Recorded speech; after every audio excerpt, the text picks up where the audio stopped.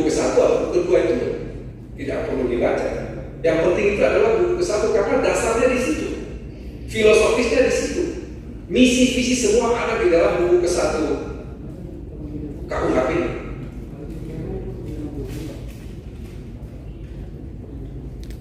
Jadi dekolonisasi yang berikut itu ada modifikasi alternatif sanksi pidana.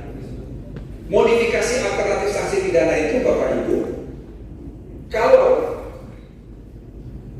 seseorang melakukan tindak pidana yang ancamannya tidak lebih dari 3 tahun, hakim wajib menjatuhkan pidana kerja sosial. Jangan ditanya pidana kerja sosial kayak apa. Kita di Indonesia belum ada pengalaman pidana kerja sosial. Belum ada. Itu pertama kali diberlakukan di Belanda tahun 1982. Jadi sudah sudah berapa tahun ini? Sudah 43 tahun. Hukum pidana kita itu ketinggalan 43 tahun. Kalau seseorang melakukan tindak pidana tidak lebih ancamannya dari 5 tahun, maka hakim wajib menjatuhkan pidana pengawasan. Pidana pengawasan itu sama yang sekarang kita sebut dengan istilah pidana percobaan. Jadi pidana percobaan sama dengan pidana pengawasan, yang baru itu adalah pidana kerja sosial. Ada hitungannya jelimet, rumit sekali di dalam KUHP itu. Yang penting dia bekerja dalam 1 minggu itu tidak lebih dari 40 jam dan kemudian tidak mengurangi hak dia untuk bekerja bagi kepentingan keluarganya. Jadi pidana kerja sosial, kemudian pidana pengawasan, lalu ada pidana denda, baru kemudian pidana penjara sampai akhirnya pidana mati. Ada satu juga adalah pidana tutupan, tapi itu untuk kejahatan politik, jadi biasanya memang tidak dibahas detail mengenai pidana tutupan itu. Jadi urutannya dari paling ringan kepada yang paling berat, yaitu kita lihat tadi ada pidana denda, kemudian pidana kerja sosial, pidana pengawasan, pidana penjara sampai pada pidana mati.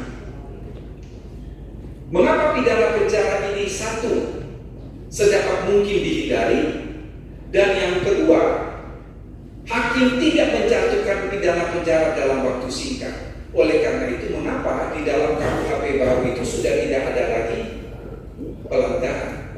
Kan semua tindak pidana. Kalau KUHP lama kan ada buku kedua kejahatan, buku ketiga pelanggaran. Pelanggaran itu ancaman pidananya tidak boleh lebih dari 1 tahun. Sekarang ini sudah tidak ada lagi. Karena apa? Karena visi dari KUHP nasional itu adalah reintegrasi sosial untuk mencegah penjatuhan pidana penjara dalam waktu singkat, supaya saudara-saudara yang lulusan hakim itu tidak banyak kerjaan di lembaga pemasyarakatan, tetapi pekerjaan Anda nanti paling banyak adalah di luar lembaga pemasyarakatan. Karena pidana kerja sosial, pidana pengawasan itu nanti adalah tugas yang akan dialihkan dari lembaga pemasyarakatan kepada Bapas. Itu konsep di dalam KUHP nasional. Jadi Bapas akan memegang sentral, akan memegang peranan penting karena ada pengalihan jenis pidana dari pidana penjara menjadi pidana pengawasan dan pidana kerja sosial. Bapak Ibu, saya selalu mengatakan kita ketinggalan lebih dari 40 tahun.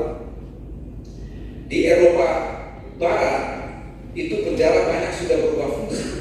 Ada yang jadi pasar, ada yang jadi tempat seni, ada yang jadi perkantoran, karena memang orang sudah menghindari pidana penjara kecuali dalam hal-hal yang sangat serius, baik tindak pidananya atau mungkin sesuatu yang memang dampaknya terhadap bangsa dan negara.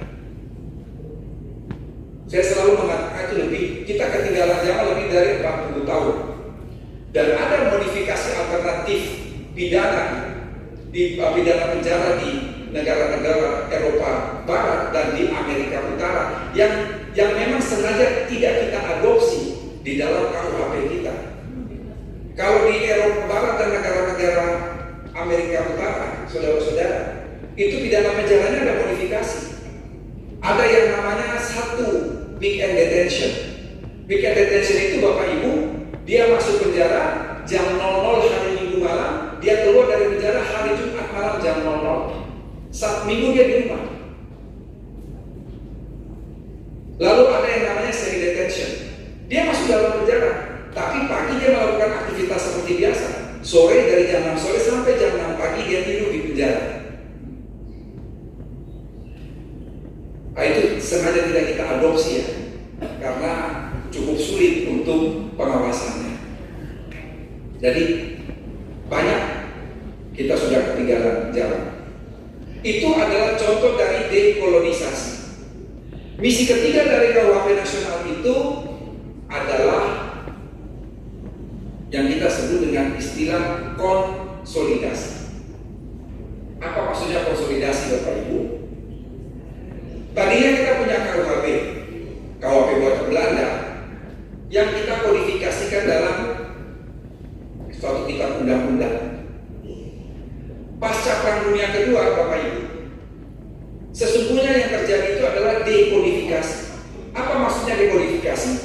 Pasal-pasal yang ada dalam KUHP itu ditarik keluar dari KUHP nasional, dari KUHP lama, lalu dibuat undang-undang tersendiri. Kejahatan jabatan yang ada dalam KUHP lama ditarik, dibikin undang-undang pemberantasan tindak pidana korupsi. Kejahatan terhadap obat dan makanan yang ada dalam KUHP lama ditarik dari KUHP, dibuat ada undang-undang mengenai narkotika, undang-undang mengenai psikotropika.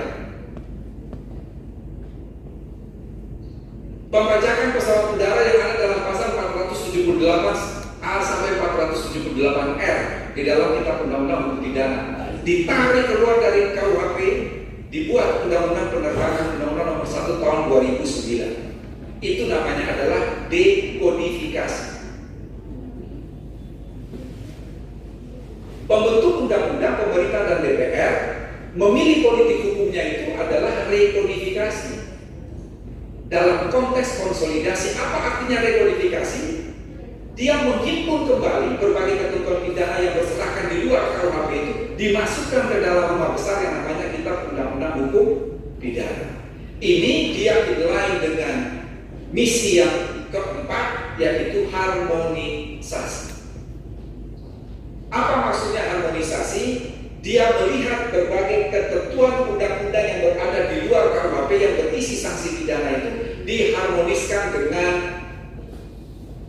kitab undang-undang hukum pidana.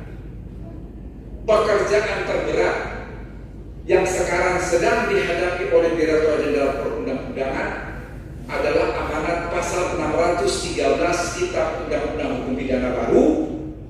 Pasal 613 itu memerintahkan pembentuk undang-undang dan sudah pasti izin prakasanya dari pemerintah, yaitu membuat undang-undang tentang penyesuaian pidana dan tindakan.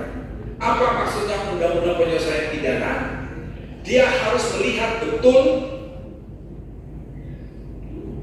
undang-undang di luar KUHP itu untuk disesuaikan dengan KUHP. Oleh karena itu Bapak Ibu, ketika KUHP ini disahkan dengan Undang-Undang Nomor 1 Tahun 2023, sesudah itu pemerintah dan DPR membentuk sejumlah undang-undang.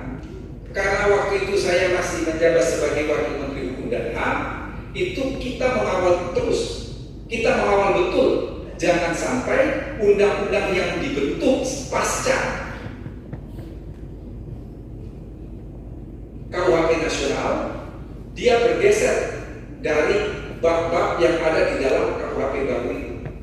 Makanya kalau Bapak Ibu perhatikan undang-undang tentang Omnibus Law Kesehatan, karena waktu itu saya ditugasi Pak Yasona untuk mewakili Kementerian Hukum, mewakili pemerintah. Jadi kalau dilihat pasal-pasal dalam Undang-Undang Omnibus Law Kesehatan, khususnya mengenai ketentuan pidananya, itu semua sudah kami rujuk kepada KUHP nasional. Dan ada aturan peralihan yang mengatakan bahwa ketentuan pidana dalam undang-undang ini hanya berlaku sampai dengan diberlakukannya KUHP nasional pada tanggal 2 Januari 2026. Yang kedua, ketika membentuk undang-undang perubahan atas undang-undang informasi dan transaksi elektronik yang dirubah dengan Undang-Undang Nomor 1 Tahun 2024. Jadi baru setahun yang lalu. Undang-undang itu ketika dibentuk,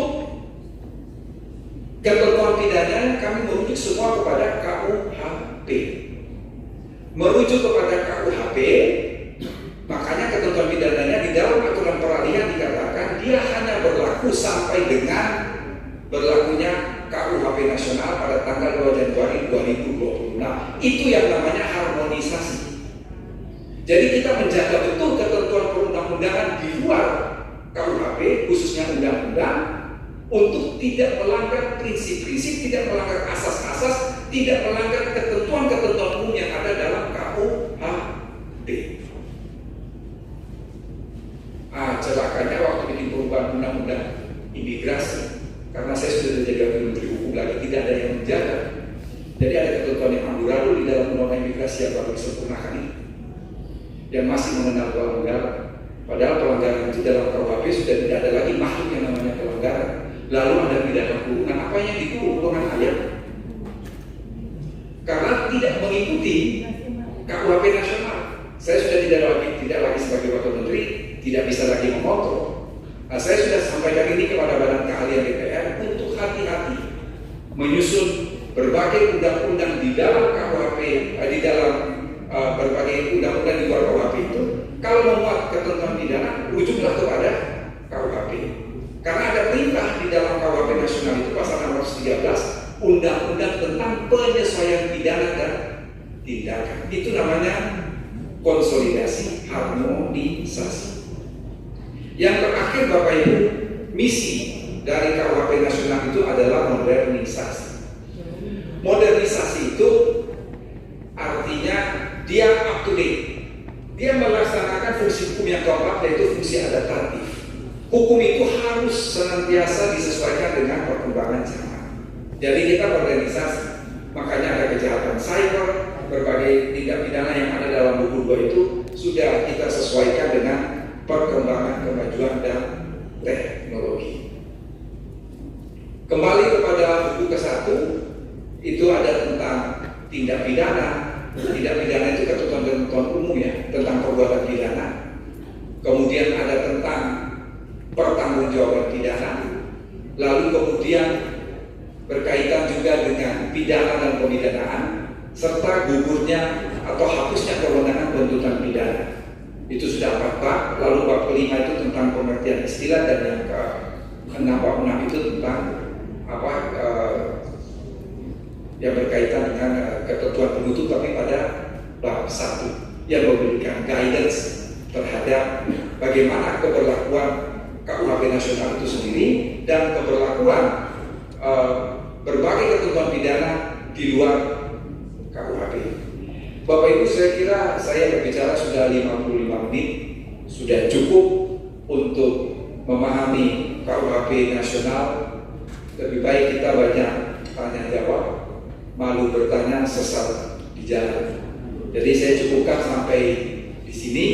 Silakan kalau ada yang bertanya, saya membuka kesempatan yang seluas-luasnya.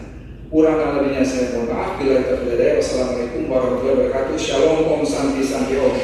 Waalaikumsalam warahmatullahi wabarakatuh. Sekali lagi berterima kasih kepada Menteri Hukum Republik Indonesia atas materi tradisi ya kan. Ternyata banyak sekali Pak informasi yang semua kami sesat berpikir terkait KUHP baru yang sebentar lagi akan diberlakukan. Mungkin informasi yang kami dapatkan juga kurang, atau mungkin bahkan ada yang belum beli bukunya nih. Angkat tangan yang belum baca KUHP baru, KUHP 123, angkat tangan. Yang sudah beli atau sudah baca? Ini gak ada yang angkat tangan. Sekali lagi, yang sudah beli belum? Oke, diharapkan dari sini di Google ataupun Shopee atau apapun itu yang bisa kita beli buku-buku terkait KUHP yang terbaru agar tidak lagi sesat berpikir tentang hukum di Indonesia.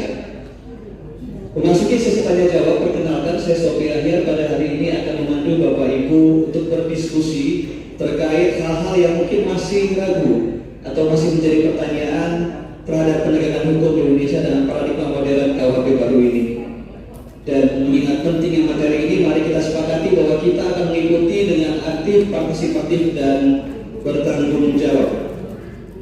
Izin Prof. Hedi, sesi pertama ini akan kita mulai dengan 3 termin, 1 termin untuk 3 pertanyaan, kemudian kita beri respon, lalu nanti akan disusul oleh sesi kedua dari peserta yang hadir secara virtual, dan nanti akan ada merchandise untuk pertanyaan terbaik bagi peserta yang hadir secara langsung.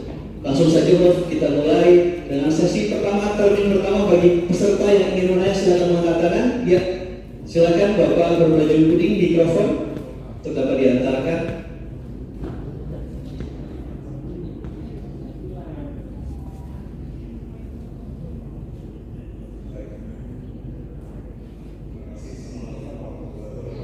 Waalaikumsalam.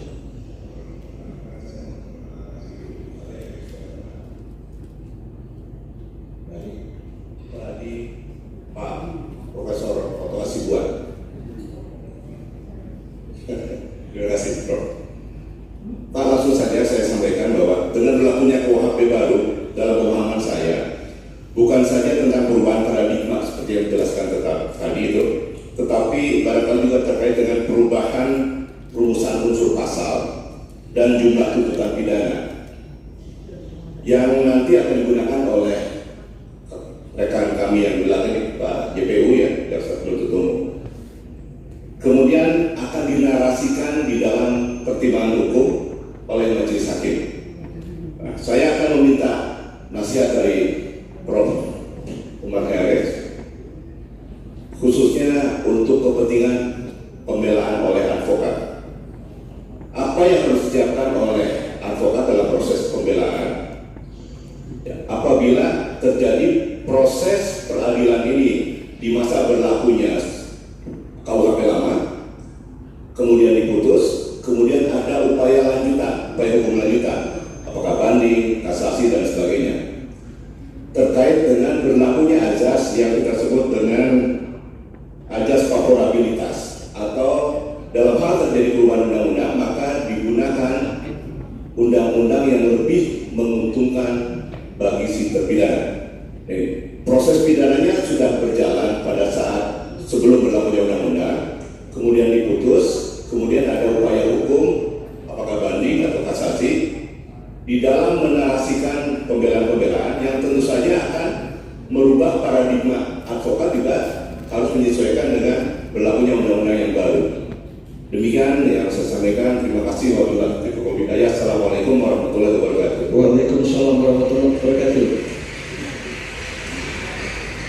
Kami beri kesempatan kepada penanya nomor 2. Ya, dari atas Taruna silakan yang sebelah kiri.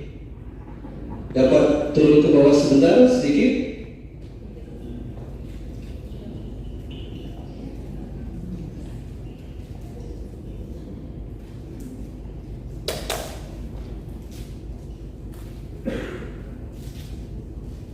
Ya, silakan.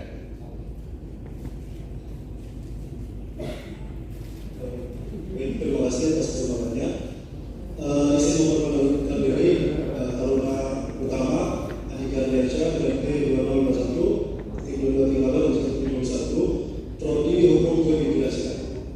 Izin bertanya Bapak, di dalam buku pertama dari KUHP baru ini, di dalam pasal 27 dijelaskan mengenai bahwa jika terdapat pidana alternatif maka didahulukan pidana yang lebih ringan. Namun di dalam pasal 67-nya hukuman pidana mati ini diletakkan secara pidana alternatif. Jadi dia tidak boleh berdiri sendiri. Hukuman mati tidak boleh berdiri sendiri dan harus dialternatifkan. Otomatis pidana mati ini diletakkan di bagian terakhir dan ditempatkan paling akhir, dan yang diutamakan adalah pidana kain selain dengan pidana mati. Jadi proses untuk pemberlakuan itu sangat tidak mungkin menurut saya.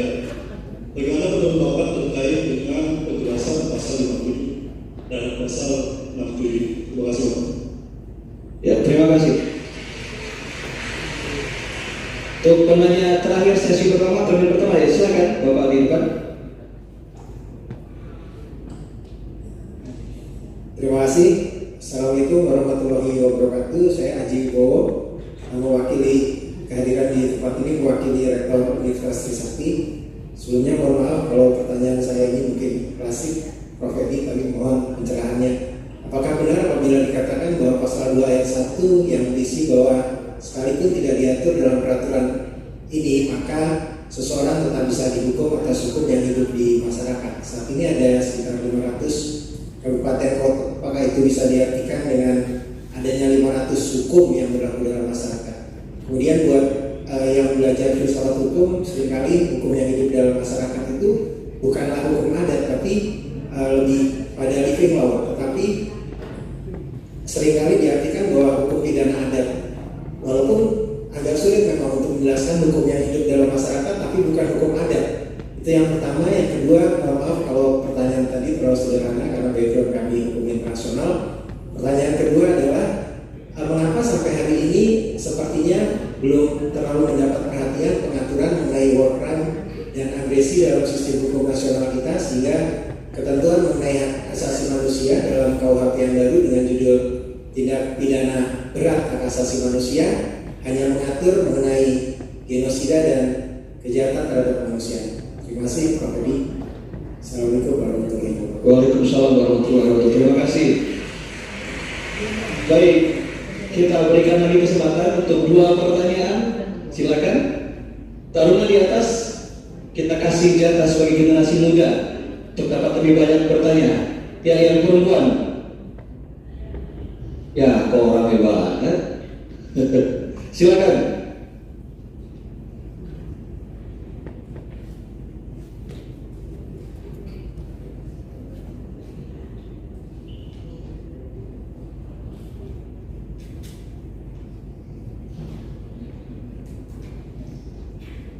Baik, mohon jaga dan menyelesaikan, mohon izin mandiri. Taruni utama Politeknik Imigrasi Angkatan 24, nama Rahlina Bultom. Mohon izin Pak bertanya terkait pertanggungjawaban korporasi dalam tindak pidana keimigrasian. Jadi KUHP yang baru itu mengakui korporasi sebagai subjek tindak pidana kalau berdasarkan pasal 118 sampai dengan pasal 124. Namun yang dari saya baca ancaman pidananya itu hanya berupa denda saja, sedangkan dalam Undang-Undang Nomor 6 Tahun 2011 yang mengatur tentang tindak pidana keimigrasian itu banyak melibatkan korporasi sebagai penyelundupan tenaga kerja ilegal ataupun perdagangan manusia. Yang menjadi pertanyaan adalah mengapa ancaman pidana untuk korporasi dalam KUHP baru hanya terbatas pada denda, padahal dalam kasus-kasus keimigrasian seperti penyelundupan tenaga kerja ilegal atau perdagangan manusia yang diatur dalam Undang-Undang Nomor 6 Tahun 2011 itu kerugian yang ditimbulkan jauh lebih besar. Apakah tidak seharusnya ada jenis pidana yang lebih berat seperti pembubaran korporasi atau pencabutan izin usaha untuk kasus-kasus yang melibatkan pelanggaran berat terhadap hak asasi manusia? Terima kasih. Ya, terima kasih. Pertanyaan sangat bagus sekali. Untuk pertanyaan terakhir, silakan. Yang di lantai pertama. Terima kasih Bapak Moderator. Selamat siang Prof. Edi. Terima kasih. Saya dengan Rini Nanda Kurnia, saya dari Badan Narkotika Nasional. Mohon izin, kami ingin menanyakan terkait dengan ketentuan tindak pidana narkotika yang terdapat pada KUHP baru yang sudah disimplifikasi dalam pasal 609, 610, dan 611. Namun dari pasal yang kami baca ini, di sini tidak mengatur ketentuan mengenai tindak pidana narkotika golongan 1 jenis tanaman, gitu. Yang di sini hanya mengatur narkotika golongan 1 bukan tanaman. Nah, sedangkan di pasal 622 juga dinyatakan salah satunya pada saat KUHP ini mulai berlaku, maka ketentuan dalam Undang-Undang Nomor 35 35 tahun 2009 tentang narkotika itu dinyatakan dicabut dan tidak berlaku lagi. Nah, yang ingin kami tanyakan, bagaimana ketentuan mengenai tindak pidana atau narkotika jenis tanaman seperti ganja dan sebagainya? Terima kasih. Baik, terima kasih. Jadi, kami berikan kesempatan untuk taruna lagi yang mau bertanya. 2 lagi. Ya, sebelah sisi kanan, silakan. Ini berarti main panjang ya, tes ya. Mohon izin Bapak, izin berangkat diri, Taruna Ureda Politeknik Angkatan 56, nama Muhammad Ivan Tama, asal dari Sragen, Jawa Tengah. Izin Bapak, saya dari Prodi Bimbingan Kemasyarakat kelas A. Mohon izin Bapak, izin bertanya, apakah SBM atau pola pikir masyarakat umum di Indonesia itu mampu untuk menerima paradigma KUHP nomor 1 tahun 2023 ini? Karena bisa kita ketahui bahwasanya paradigma masyarakat umum di Indonesia itu berpola pikir bahwasanya hukuman itu harus diberikan seberat-beratnya kepada pelanggar hukum. Misalkan pencemaran nama baik, itu kan inginnya masyarakat itu dihukum seberat-beratnya, terutama hukuman penjara. Nah, apakah hukuman korektif, restoratif justice dan retributif ini, rehabilitatif ini nanti mampu atau mau diterima oleh masyarakat Indonesia secara umum? Kemudian tadi Bapak menjelaskan memberikan contoh di Eropa Barat dan Amerika Utara. Nah, itu negara-negara maju. Apakah SDM kita di negara berkembang itu sudah mampu menerima sistem paradigma dalam KUHP baru ini? Kemudian pertanyaan saya kedua itu adalah, apakah paradigma ini akan mampu mengurangi angka residivisme di Indonesia? Karena dengan paradigma ini, korektif, restoratif justice dan rehabilitatif ini, apakah tidak disepelekan oleh pelanggar hukum nanti ke depannya dan justru malah meningkatkan angka residivisme yang ada dan meningkatkan kapasitas lapas rutan yang berakibat pada overcrowded di lapas rutan yang ada di Indonesia? Siap, terima kasih Bapak. Ya, terima kasih. Pertanyaan terakhir dari Taruna. Ya, baris tengah belum pernah nih, silakan baris tengah.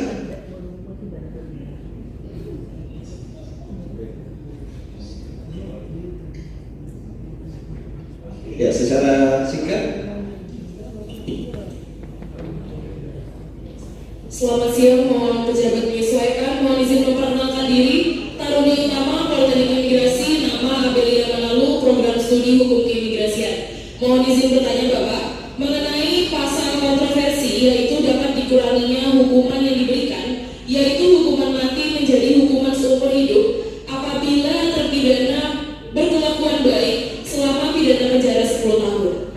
Pertanyaan saya adalah, apabila seseorang dipidana hukuman mati sebelum diresmikannya KUHP yang baru dan hukuman matinya belum dilaksanakan, apakah pidananya dapat berubah mengikuti aturan hukum yang baru atau tetap mengikuti aturan lama pada saat hasil pidana ditetapkan? Terima kasih.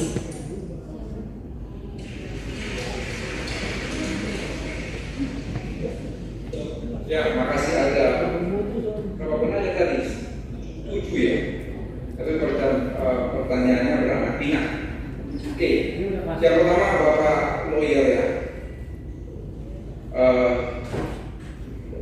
Pertanyaan Bapak itu ada dalam pasal 3 Pak.